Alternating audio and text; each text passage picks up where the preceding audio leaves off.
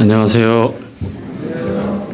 주의 은혜로 나 살리라. 이 부분이 오늘 말씀의 핵심이기 때문에 이 마음속에 하나님의 완전하신 은혜에 대해서 소중하게 간직하시면서 말씀을 붙들기를 부탁을 드립니다. 오늘 교제할 말씀은 고린도전서 15장 말씀입니다.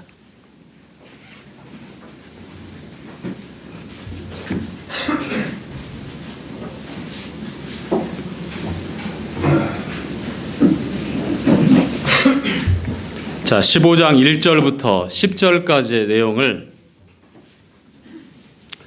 홀수절 형제님들, 짝수절 자매님들, 그리고 맨 마지막 10절은 함께 읽는 것으로 그렇게 진행하겠습니다. 자, 형제들아, 형제님부터 시작. 너희로 알게 하노니 이는 너희가 받은 것이요 또 그 가운데 선 것이라.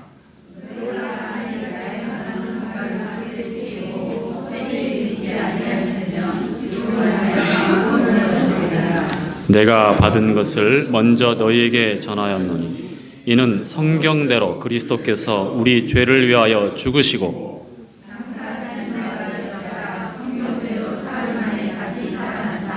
게바에게 보이시고 후에 12 제자에게와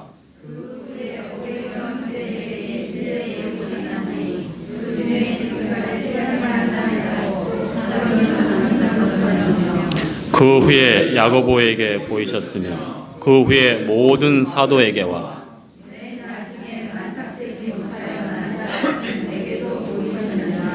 나는 사도 중에 지극히 작은 자라. 내가 하나님의 교회를 핍박하였으므로 사도라 칭함을 받기에 감당치 못할 자라. 다 함께 그러나 나의 나된 것은 하나님의 은혜로 된 것이니 내게 주신 그의 은혜가 헛되지 아니하여 내가 모든 사도보다 더 많이 수고하였으나 내가 아니요 오직 나와 함께 하신 하나님의 은혜로라. 나와 함께 하신 하나님의 은혜. 자, 고린도전서 15장은 부활에 관한 장이죠.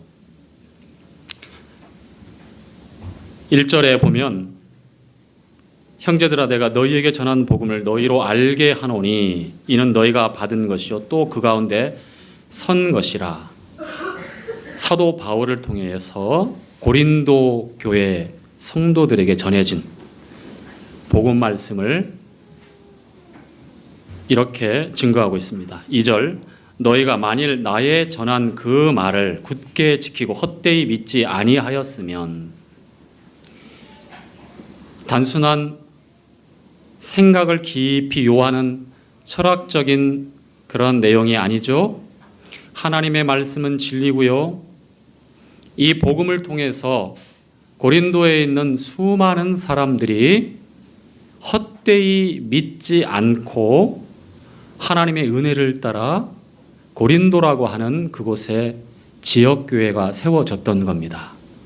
성도들에게 한 번 더 다시금 회상하며 복음에 대해서 무엇이 근거인지 사도 바울은 이렇게 계속 설명해 갑니다. 이로 말미암아 구원을 얻으리라. 자, 미래 시제로 우리 개역 성경에 나와 있죠. 그런데 영어 성경에는 완료 시제로 되어 있어요. 과거 완료 시제로. 즉 구원을 받은 것이니라라고 이렇게 봐야 맞습니다. 앞으로 우리 구원이 미래에 이루어질 사건이 아니라 복음을 받아들이고 예수 그리스도를 구세주로 믿는다고 하는 것. 다시 한번 풀어 설명을 드리면 하나님께 대한 회개와 예수 그리스도에 대한 믿음을 소유한 사람들은 구원을 받아가고 구원이 받아질 것이 아니라 구원이 받아져 있는, 완성되어 있는 그런 과거 완료 시제로 되어 있는 겁니다.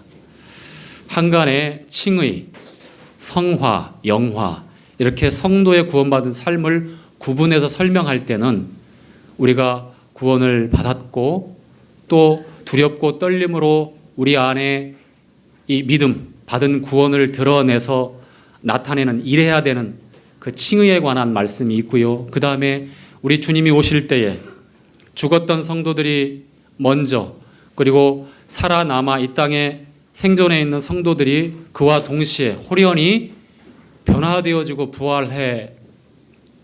부활하는 그런 영화 구원, 이렇게 나눠서 설명을 드리지만 성경은 보편적으로 전체적으로 구원에 대해서 하나로 보고 있어요. 그래서 받았고 받아가고 있고 앞으로 받을 것이다 라고 이렇게 하면 혹 잘못하면 오해할 수 있어요. 다시 한번 말씀을 드리지만 우리가 복음을 믿고 그 복음을 받아들인 사람들 가리켜서 그리스도인이라고 하는데, 그리스도인이 되어가고 그리스도인으로 완성되는 게 아니라 처음부터 그리스도인이에요.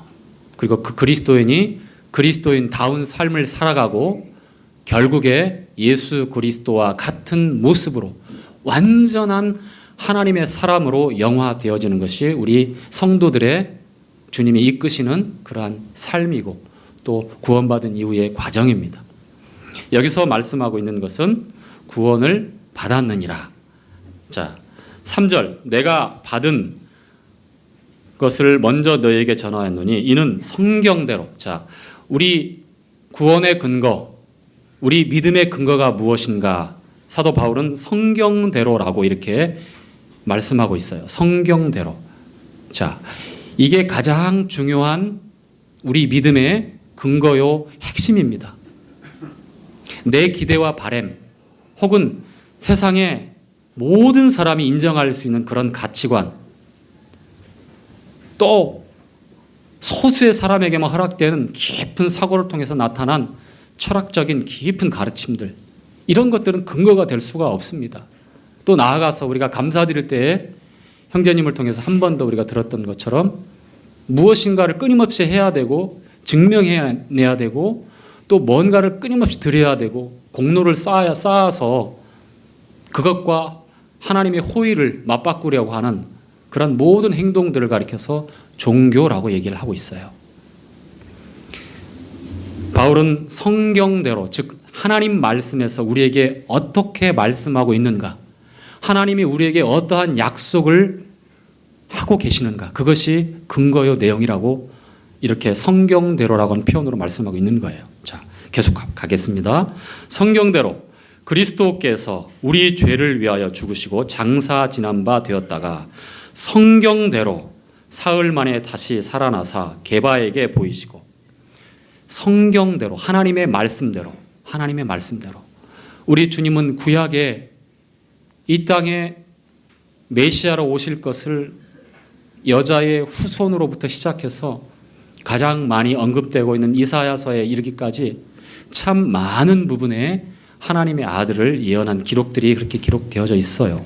성경대로 오셔서 성경대로 죽으시고 또 성경대로 부활하신다. 자, 성경대로 부활하신다. 시편에 22편에 나오죠. 바로 이미 예수님 오시기 전 1000년 전 다윗을 통해서 주님이 부활하실 것을 예언을 했고요.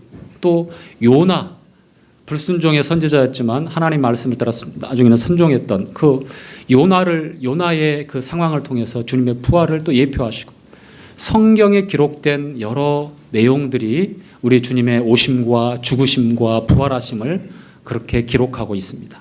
이것이 근거요 내용입니다. 우리 믿음의 근거가 바로 성경대로라고 하는 가르침입니다.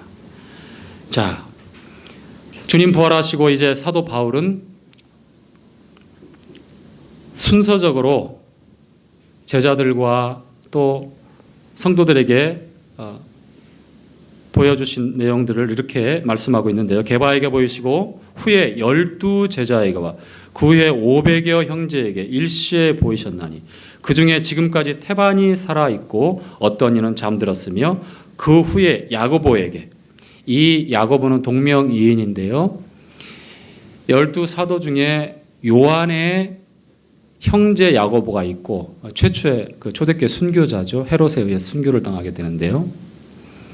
예수님의 동생, 즉 요셉과 마리아 사이에서 예수님은 여자의 후손으로 마리아가 요셉이 양부지만 친부가 아니에요. 하나님 아버지 성령에 의해서 잉태되어지고 또 하나님이 말씀이신 하나님이 아들로 사람의 몸을 입고 오신 게 바로 우리 예수님입니다. 예수님은 하나님의 아들입니다. 그런데 이제 예수님이 마리아를 통해서 나시고 그리고 그 이후에 이 요셉과 마리아는 부부니까 부부 사이에서 유다, 야고보 또 뭐 마리아 다른 여동생들, 남동생들이 태어납니다. 같이 자라죠. 그 야고보를 가리켜요. 야고보서를 기록했던 그 야고보. 유다서를 기록했던 그 유다가 바로 예수님과 함께 한 집에서 자란 동생들입니다. 예수님 부활하시기 전까지 흠없고 순결한 그 삶을 봤는데도 불구하고 믿지 않았어요. 참 사람의 죄가 악하죠. 사람의 죄성이라고 하는 게 악해요. 한 집에서 자란 그 주님의 순결하고 죄 없으신 거룩한 삶을 똑똑히 봤음에도 자기들과는 본질적으로 차이가 있다는 것을 알매도 주님의 공생의 기간에 오히려 부정적인 말로 스스로 나타나기를 원하시는데 왜 안 올라갑니까? 명절에 올라가세요. 이렇게 약간 비뚤어진 시각으로 주님을 이렇게 평가하고 그렇게 얘기를 하는 내용들이 나옵니다. 가족들이 그랬어요. 그런데 부활의 주님 만난 후에 유다와 야고보가 자기를 가리켜서 예수 그리스도의 종이라고 이렇게 표현합니다. 부활은요, 성경을 믿는 성도들에게 정말 중요한 믿음의 가장 중요하고 우리 믿음의 뭐라 그럴까 능력을 발휘할 수 있는 성도로서 무기력하고 혹은 나약하게 주저앉을 수 없는 분명한 이유입니다. 이 부활은 너무 놀라운 사건이고요. 하나님께서 우리에게 그리스도 안에서 승리했다라고 하는 완전한 하나님의 은혜를 통해서 우리가 승리했다라고 하는 죄로부터 사망의 권세로부터 승리했다고 하는 공중 권세 잡은 자로부터 승리했다고 하는 그러한 놀라운 선언이고요. 뿐만 아니라 로마서를 통해서 우리가 하나님 앞에 거룩하고 흠이 없고 우리 주님처럼 의롭고 깨끗한 자가 되었다라고 하는 오직 믿음을 통해서 하나님께서 베푸시는 은혜를 따라 우리에게 베푸시는 그 은혜를 따라 임한 하나님의 축복의 선물이 이 예수 그리스도의 부활을 통해서 우리에게 밝게 그 영광이 나타난 거예요. 우리가 숨죽여서 슬퍼하고 염려하고 움츠려 드릴 이유가 없습니다. 곤란하고 염려하고 고통스러운 상황이 계속될 수도 있지만 성도들은 마음을 열고 고개를 들어야 돼요. 부활의 주님이 바로 나의 주님, 내 주님입니다. 부활의 주님이 마리아야 라고 부르실 때처럼 우리에게 동일하게 우리의 이름을 아시고 우리 각각의 이름을 불러주십니다. 저는 성경에서 구약의 야고바라고 부르시는 그 내용을 생각할 때마다 하나님의 자비와 인자, 우리를 향하신 그 인애와 긍휼하심을 생각하지 않을 수가 없어요. 야곱의 출생이 어떻습니까? 야곱의 삶이 어떻습니까? 지지 않으려고 경쟁하며 속이고 빼앗고 하나님을 의지할 것처럼 그렇게 호언장담하지만 결국 현실 앞에서 산산이 무너지고 자기 꾀로 평생을 살아가잖아요. 자기 능력으로 자기 삶을 개척하고 고군분투하며 살아가잖아요. 자기도 알아요. 자기의 허물과 어두움들을 알아요. 결국은 야복강 나루턱에서 우리 주님과 씨름하고 새로운 이름을 받게 됩니다. 이스라엘이라고요. 야곱은 이제 평생의 장애를 안고 살아가는 그러한 불편한 삶을 살지만 더더욱 주님을 의지하게 됩니다. 그 사건 이후부터. 그런데요, 하나님께서 그 이후에도 여전히 야고바라고 불러요. 왜 이스라엘이라고 부르지 않으시고 야고바라고 부르실까? 야곱아, 속이는 자. 그 뜻이잖아요. 늘 경쟁하며 이기기 위해서 자기 꾀를 내서 좋지 않은 수단과 방법으로 장자권을 탈취하고, 물론 엄마와 함께 또 그거 장자권의 축복을 받기 위해서 함께 공작을 했지만 그 과정을 보세요. 그러나 뛰는 야곱 위에 나는 외삼촌 라반이 있었죠. 20년 동안 외삼촌 라반의 집에서 하나님의 은혜가 아니면 종처럼 평생에 그렇게 살다가 빈털터리가 될 수밖에 없었지만, 다행히 하나님께서 장자권을 가지고 있고 장자권의 축복이 머물러 있는 약속이 있는 그 야곱, 여전히 야곱이지만 그 야곱을 축복하십니다. 여러분 기억하세요. 나에게 부족함이 있고 심지어 나에게 부끄러움이 있을 수 있습니다. 내가 어리석은 것이 많아서, 그리고 내 눈에 감겨져 있는 이 두꺼운 허물이 잘 벗겨지지 않을 수도 있습니다. 제가 부활의 주님을 다루면서 이 말씀을 드리는 것은 역시 지금 녹록치 않은 삶을 살아가고 만만치 않은 상황을 맞닥뜨리고 있죠. 지금 현실이 그렇습니다. 아이를 키우는 부모들 역할을 해야 되는 아비로 어미로, 또 노년의 황혼에 건강이 무너지고 또 황망한 생각이 올 때에 우리 학생들은 또 어떻습니까? 이 대한민국처럼 교육 열기가 높고 이 학구열이 높은데 그만큼 경쟁열이 대단하잖아요. 전 국민이 스트레스 가운데 있죠. 무엇 하나 편안하게 마음을 열고 쉴 만한 내용들이 없는 것 같아요. 자, 그럼에도 불구하고 우리가 이 자리에서 부활의 주님을 찬양하고 우리에게 완전한 은혜를 베푸시는 하나님의 놀라운 사랑과 그분의 거룩하심을 기억하며 예배를 드리는 예배자로 있습니다. 이 한 가지 사실을 우리가 한번 조용히 한번 보시라는 거예요.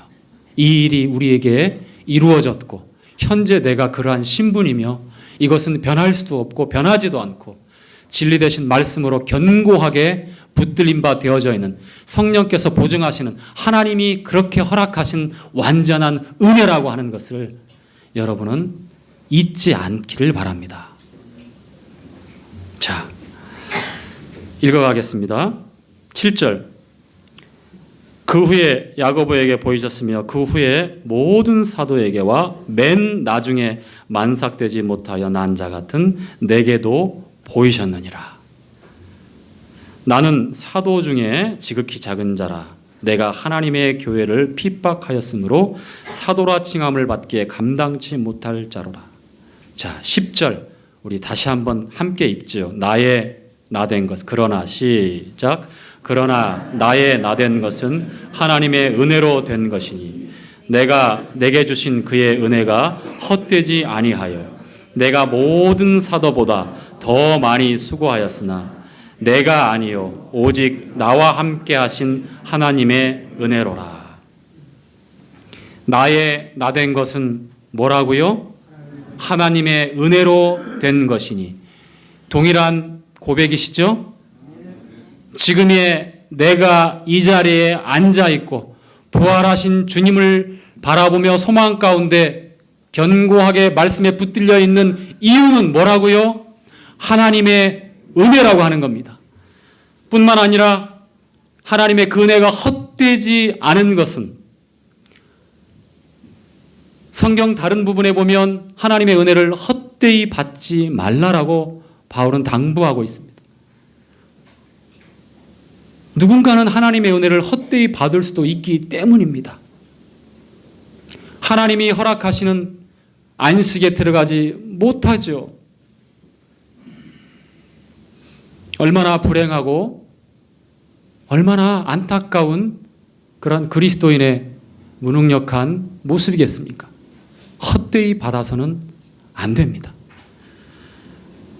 그의 은혜가 헛되지 아니하여 내가 모든 사도보다. 이것은 바울이 자기 자신을 나타내고 자랑하기 위한 것이 아니에요.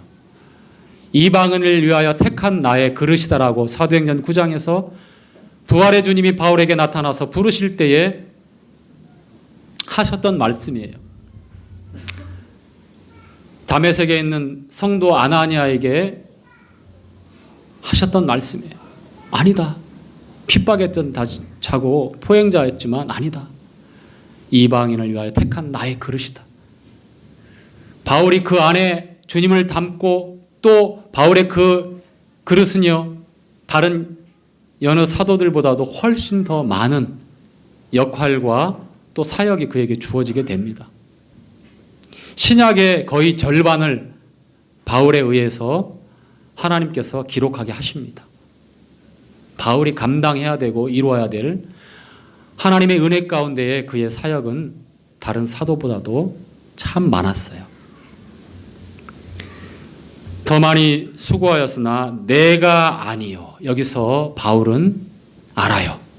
분명히 자기 자신이 말씀에 이끌려 순종하여 독신을 고수하며 복음을 위해서 일평생에 주님이 부르신 부름의 상을 쫓고 표대를 삼아서 선한 싸움을 싸우고 믿음을 지키고 달려갈 길을 마치는 변함없는 그 하나님의 은혜 가운데 믿음으로 살았지만 그것은 내가 아니다. 그렇게 했음에도 불구하고 이렇게 얘기합니다. 오직 나와 함께 하신 하나님의 은혜로다. 다 함께요. 자, 오직 나와 함께 하신 하나님의 은혜로다. 아멘. 정말 그렇게 우리 마음에 사도 바울과 동일한 이 믿음의 고백이 있기를 원합니다. 좋을 때 이렇게 고백하라는 게 아닙니다. 오히려 불리하고 좋지 않은 상황에 내가 내몰렸을지라도 나와 함께 하신 하나님의 은혜를 찬양하고 그 은혜 가운데서 우리 주님을 의지하고 견고하게 말씀 가운데 있어야 합니다. 자, 성경은요, 은혜로 시작해서 은혜로 마칩니다. 첫 번째 은혜라고 하는 이 말씀이 언급되는 곳이 어딘 줄 아시죠? 노아에게 하나님의 은혜를 말씀하고 있어요. 창세기 6장 8절에 보면 노아는 하나님께 은혜를 입었더라. 자, 그 당시 세상에 죄악이 관영했고 사람들의 생각이 어려서부터 어때요? 항상 악하고 항상 이 죄에 얼마나 악한지요. 24시간 내내 365일 내내 일평생에 이 관영한 세상에서 항상 그 계획이 악하고 그 삶이 악한 거예요. 그래서 하나님께서 땅에 사람 지으셨음을 한탄하시고 이제 물로 홍수로 이 세상을 심판하실 것을 말씀하면서 그러나 노아는 당대의 완전한 자라고 성경은 증거하고 있고요. 앞서 이 노아는 하나님께 은혜를 입었더라. 하나님의 은혜. 하나님의 은혜. 구약에 계시되어진 이 은혜는 부분적인 겁니다. 일시적인 겁니다. 완전한 게 아니에요. 예수 그리스도를 통해서 우리에게 임한 은혜는 완전한 하나님의 은혜지만 지금 노아나 다니엘이나 욥이나 구약의 대표적인 새 의인 아닙니까? 얘기할 때 그러한 구약의 성도들이 받았던 하나님의 은혜는 부분적이고 제한적이고 일시적인 거예요. 그럼에도 이 은혜는 구약의 성도들을 하나님의 생명의 길로 이끌었고요. 그들의 삶을 주장했고요. 하나님 앞으로 인도했어요. 자, 신약의 맨 마지막 말씀이 무엇이죠? 성경의 맨 마지막 말씀, 우리 지은이 요한복음이죠. 고개를 끄덕끄덕했어요. 유도 질문에 당한 건지 아니면 머리가 하얘져 가지고 지금 아무 생각이 없는 건지. 자, 그 옆에 있는 예찬 형제, 신약의 맨 마지막 말씀이 뭐예요? 그렇죠. 요한 계시록이에요. 자, 계시록 맨 마지막 장이 몇 장이죠? 뒤에서 말씀하잖아요. 22장이죠. 자, 그리고 맨 마지막 절이 몇 절이죠? 21절이죠. 자, 요한계시록 22장 21절 말씀이 무슨 말씀일까요? 오시옵소서? 아닙니다. 주 예수의 은혜가 너희 모두에게 그렇죠. 있을지어다. 자, 하나님의 이 은혜, 예수 그리스도의 은혜가 이렇게 마무리되어져요. 은혜로 시작해서 은혜로 마무리되어지는 게 이게 성경의 은혜에 관한 줄거리예요. 은혜에 관한 가르침입니다.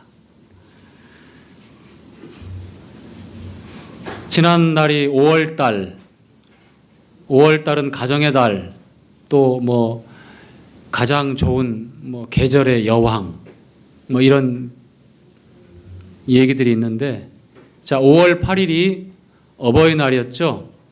그쵸? 자, 어버이날 때 우리 성도님들 카네이션 받는 게 좋아요? 봉투 받는 게 좋아요? 저는 아직까지 봉투를 줄 만한 자녀들이, 장성한 자녀들이 없어서 내심 봉투가 더 좋긴 좋죠? 웃는 거 보니까.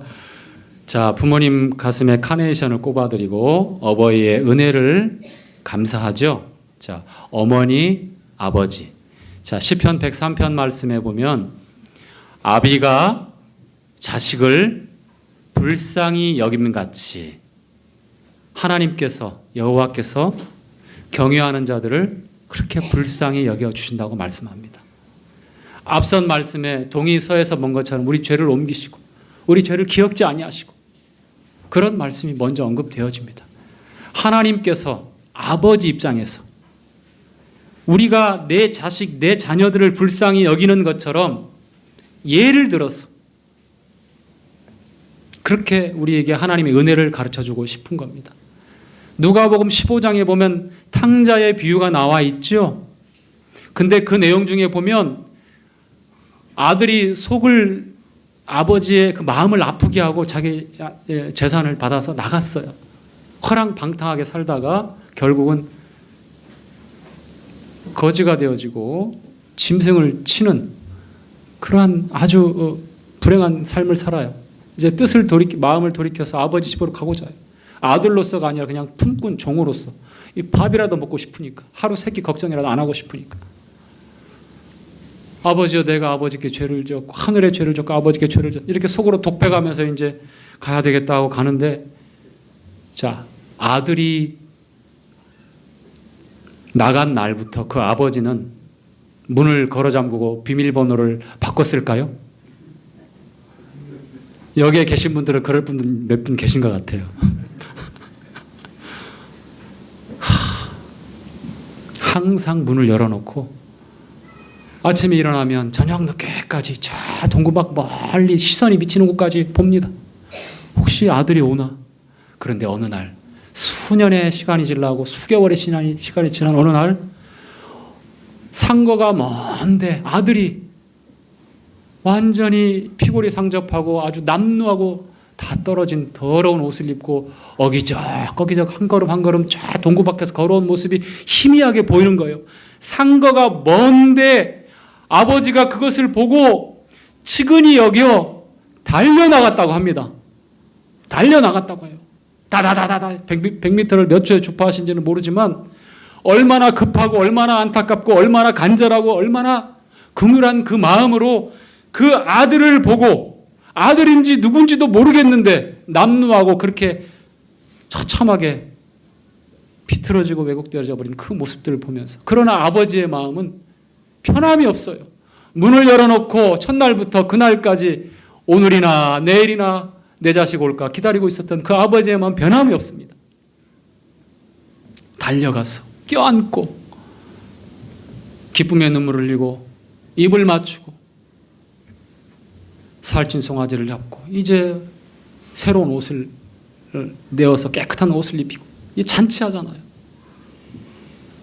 아버지 입장에서 자식에게, 아비 입장에서 자식에게, 자녀들에게 베푸는 그 은혜, 변하지 않는 그 은혜를 이렇게 비유를 들어서 우리에게 설명하고 있는 거예요. 하나님의 은혜에 대해서. 또 어머니의 은혜는 어떻습니까? 아버지의 은혜보다 더하면 더했지 덜하지는 않습니다. 우리 자매님들에게 제가 점수를 따기 위해서 잠깐 이 말씀을 드립니다만 그렇진 않죠? 어버이 은혜, 왜 어자가 먼저 나오겠어요? 아머니 은혜가 아니라 이 모성이라고 하는 것은 대단한 거예요. 그래서 이사야서 43장에 나오나요? 49장에 나오는 것 같은데요. 자, 태에서 난 자를 여인이 어떻게 잊겠으며 젖먹는 그 자녀를 어떻게 잊을 수 있겠느냐. 그렇죠. 우리 효민이가 안 왔어요. 효민이가 지금 모세기관지염에 걸렸는데 정현자매가 이 말씀을 드리면 정현자매가 잘 누구보다도 잘 이해할 수 있는 그런 상황이죠. 이제 젖먹이 아이가 있으니까. 이제 장성한 자식들을 두고 있는 성도들은 진짜 차라리 누가복음 15장에 나와 있는 것, 103편에 나와 있는 내용들, 이사야 49장에 나와 있는 이 어미가 어떻게 젖먹는 아이를, 내 태에서 난 자식을 어떻게 잊을 수 있겠느냐. 그러면서 혹시 저들은 잊을 수 있지만 하나님은 너희를 절대 잊을 수 없다. 아비나 어미의 예를 들어서 이 인생사에서도 우리가 살아가는 이 상황에서도 이러한 비유를 통해서 하나님의 은혜를, 그 사랑하심을 말씀하고 있잖아요. 그렇죠? 우리가 쉽게 이해하고 전할 수 있는 그런 상황, 그러한 비유지만 하나님의 은혜에 대해서 우리가 이렇게라도 하나님은 우리에게 그 하나님의 사랑을 가르쳐주고 보여주고 증거하기를 원하시는 거예요. 자, 우리 말씀을 찾아보죠. 요한복음 1장.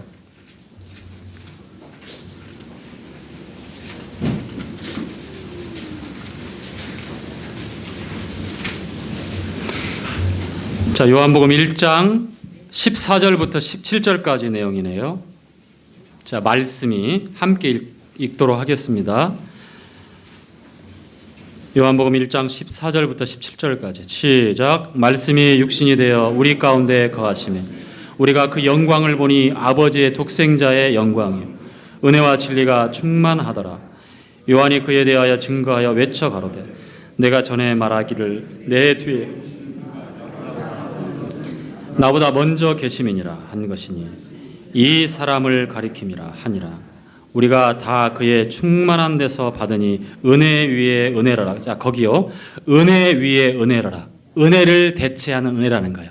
즉 구약에 계시되어진 하나님의 그 은혜, 부분적이고 일시적이고 제한적인 것 같지만 그 은혜보다도 그거를 대체하는 완전한 하나님의 은혜, 예수 그리스도를 통해서 우리에게 허락하신, 예수 그리스도를 통해서 우리에게 주시는, 베푸시는, 그 값없이 주시는 하나님의 그 은혜를 가리켜서 은혜 위에 은혜로라 라고 이렇게 말씀하고 있는 거예요. 아시겠죠? 자, 17절 시작. 은혜와 진리는 예수 그리스도로 말미암아 온 것이라. 우리 주 예수 그리스도를 통해서 이 완전한 하나님의 은혜가 임한 거예요. 은혜 위에 은혜로라. 그렇죠? 은혜 위에 은혜로라. 자, 여러분 은혜가 뭡니까? 라고 이렇게 질문하면 여러분 뭐라고 말씀하겠어요? 우리 세영 형제는 제 아내인데요 이렇게 얘기할 수도 있을 것 같습니다만, 자, 은혜가 뭐죠? 선물. 어떤 선물입니까? 공짜, 값없이, 거저, 이런 표현을 많이 하죠? 맞아요. 우리가 하나님의 은혜를 받을 때에 뭔가 대가를 지불하고 받는 것이 아니기 때문에, 뭔가 공로를 가지고 하나님 앞에 은혜를 받겠다라고 흥정하지 않기 때문에 값없이 거저 공짜로 받는 것이 은혜 아닙니까? 라고 하는데, 은혜는요 값없이 베푸신 하나님의 호의입니다. 그렇죠? 근데 여기에서 우리는 멈추면 안 된다고 하는 거예요. 이것이 전부인 양 이 안에서만 즐거워하고 그 안에서만 팔다리 피고 그냥 됐다라고 끝나는 게 아니에요. 자, 빌립보서 1장 말씀을 보죠. 빌립보서 1장 29절. 하나님이 우리에게 완전하신 이 은혜를 베푸시기 위해서 값없이 베푸시는 이 호의, 예수 그리스도를 통한 이 은혜 베풀기 위해서 지불하신 여러분 대가가 뭔 줄 아시죠? 아들의 생명이에요. 내놓을 수 없는, 포기할 수 없는, 양보할 수 없는, 결코 있어서는 안 되는 그 일들을 우리에게 값없이 베풀시기 위해서 하나님께서 친히 담당하시고 지불하신 그 대가가 무엇입니까? 예수 그리스도예요. 십자가를 보세요. 골고다 언덕에 고난받은 예수 그리스도를 보세요.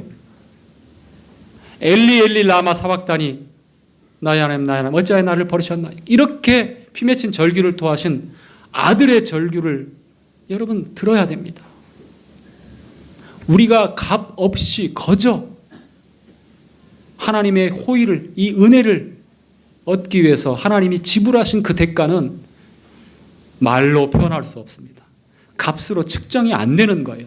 그래서 구원은 은혜로밖에 이루어지지 않는 거예요. 내가 선하게 해서 주일 성수를 잘해서 혹은 연보 헌금을 다른 사람보다 더 많이 해서 평생의 11조 생활을 잘해서 하나님이 그것을 보고 우리를 구원하시는 것이 절대 아닙니다.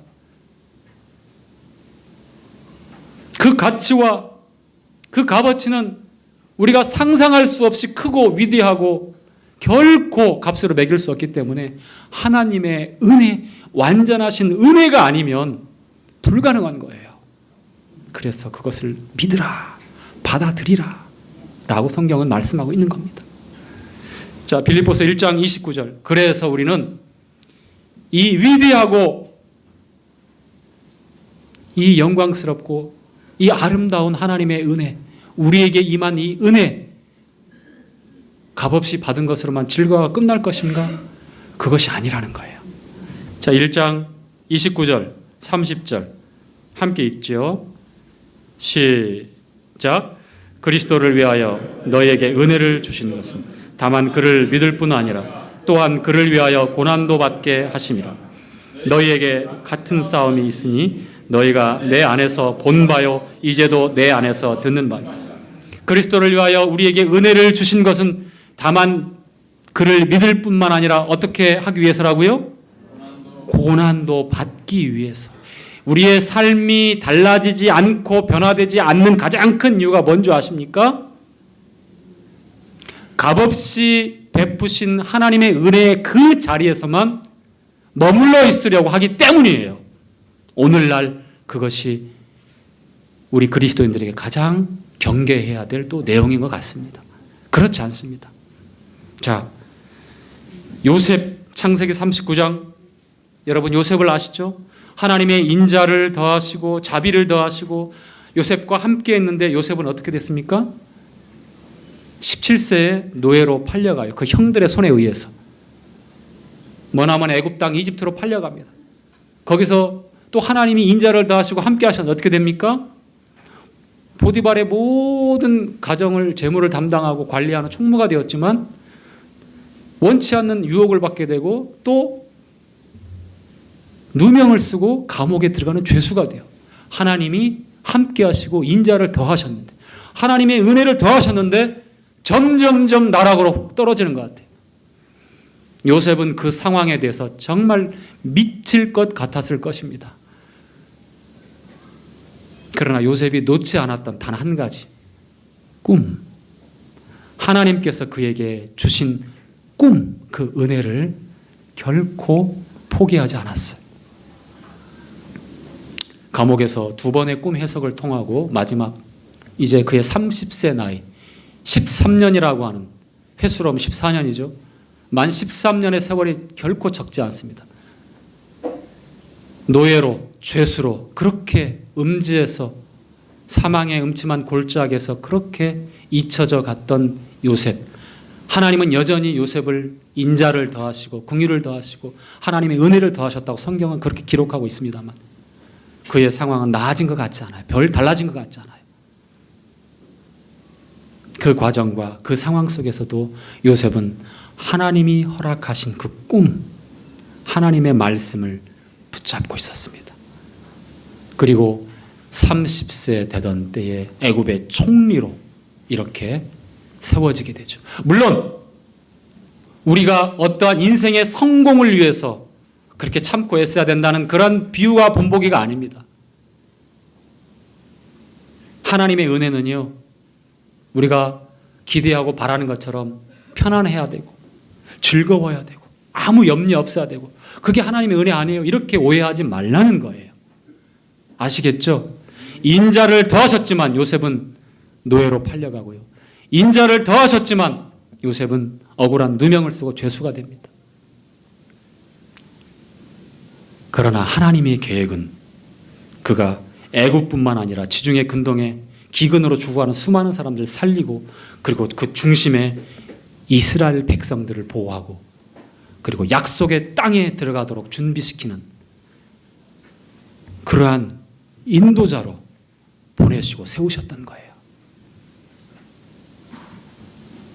자, 고린도 후서 12장 말씀 찾아보죠. 이제 우리가 정리해 마무리합시다.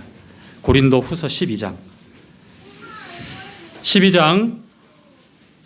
7절부터 10절까지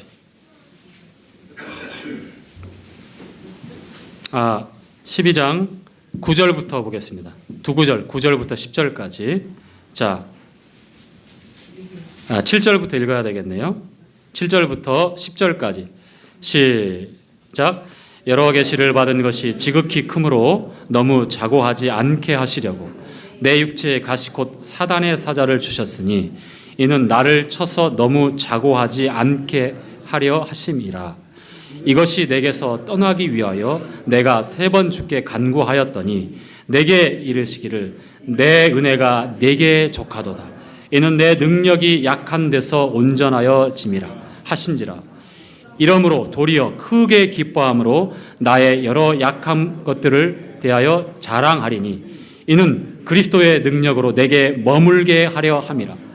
그러므로 내가 그리스도를 위하여 약한 것들과 능력, 궁핍과 핍박과 곤란을 기뻐하노니 이는 내가 약할 그때에 곧 강함이라. 자, 이 말씀은 읽은 그대로입니다. 사도 바울이 자신의 사도권을 변호하기 위해서 내가 어떠한 고난을 당하고 이렇게 복음을 수고했고 그것뿐만 아니라 너희를 위해서 얼마나 이 마음이 간절하게 애타하는지 아느냐? 그리고 받은 그 3층 천에 간 내용도 이제 하게 됩니다만 그 중에 마지막 부분에 내가 받은 그 계시로 인하여 너무 자고해지지 않게 하나님께서 내 육체 안에 사단의 가시를 뒀답니다. 그것이 뭔지는 모르지만 안질일 수도 있고 그 다음에 발작을 일으키는 그러한 간질일 수도 있고 여러 이제 해석들이 있어요.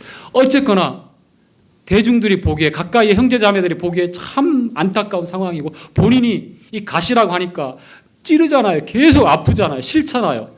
떠나기를 3번 간구했답니다. 그런데 주님께서 바울에게 내 은혜가 너에게 족하다. 여러분 이 상황을 여러분 어떻게 받아들이겠습니까?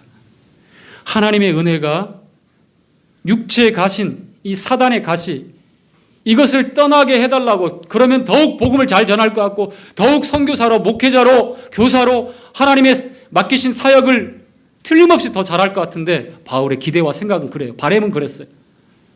제발 좀 이것 좀 없애주십시오. 그렇게 3번, 한 번도 아니고 2번도 아니고 3번. 그런데 하나님께서는 아니다 바울아. 내가 너에게 베푸는 이 완전한 은혜는 족하다. 이것이 바로 너에게 필요한 은혜다. 성도 여러분 기억하세요. 누구에게나 보이고 싶지 않은 약함, 컴플렉스라고 하죠. 우리에게도 있을 수 있습니다. 남들보다 참 못한 부분이 있을 수 있습니다. 바울은 이렇게 얘기합니다. 그리스도의 능력이 내게 머물게 한다. 왜냐하면 우리 주님께서 어떻게 바울에게 말씀했냐면 네가 약할 그때에 내 능력이 약한 데서 완전해지고 약할 그때에 더 강하기 때문이다. 바울이 그렇게 고백합니다. 하나님의 능력이 완전해지고 나타나는 것은 약할 때라고 합니다. 우리 사람들은 내놓을 만한 자격과 조건과 능력이 있다고 치면 하나님의 은혜보다는 자기의 힘을 의지하고 어떻게 해보려고 하죠. 먼저 그래요. 이게 타고난 본성이고 그렇게 살아갑니다. 평생에. 사도 바울도 예외는 아니잖아요. 그가 받은 계시가 있고 그 지적인 천재성, 능력이 탁월했잖아요.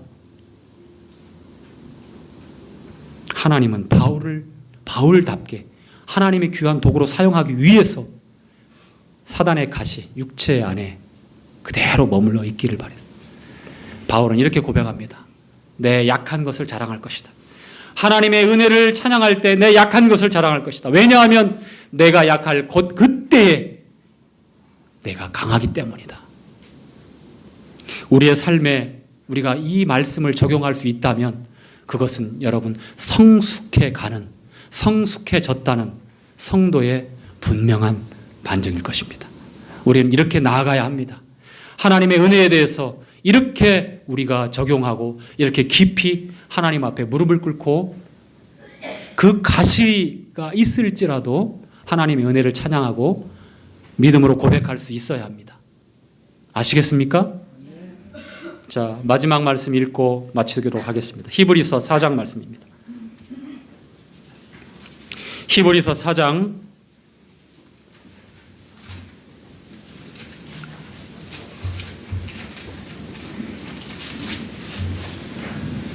15절, 16절, 14절부터 보죠. 함께 읽죠. 그러므로 시작. 그러므로 우리에게 큰 대제사장이 있으니 승천하신 자 곧 하나님 아들 예수시라. 우리가 믿는 도리를 굳게 잡을지어다. 우리에게 있는 대제사장은 우리 연약함을 채울하지 아니하는 자가 아니요 모든 일에 우리가 한결같이 시험을 받은 자로되 죄는 없으시니라. 그러므로 우리가 긍휼하심을 받고 때를 따라 돕는 은혜를 얻기 위하여 은혜의 보좌 앞에 담대히 나아갈 것이니라. 아멘. 때를 따라 돕는 하나님의 은혜를 얻고 또 하나님 앞에서 우리가 말씀을 따라 살아가기 위해서는 은혜의 보좌 앞에 당당하게 담대히 나아가라고 이렇게 말씀하고 있습니다. 우리 생애 이와 같은 하나님 앞에서 하나님의 완전한 은혜 가운데서 이렇게 은혜의 보좌 앞에서 때를 따라 돕는 하나님의 힘과 그 은혜 가운데서 하나님의 인도하심을 받고 완전한 하나님의 은혜를 찬양하며 은혜의 깊은 자리에까지 내려가고 이제 나의 약한 것들까지 자랑하고 또한 내 약할 때에 강해지는 하나님의 이 완전한 은혜를 경험하고 찬양할 수 있기를 바랍니다. 이상 마치겠습니다.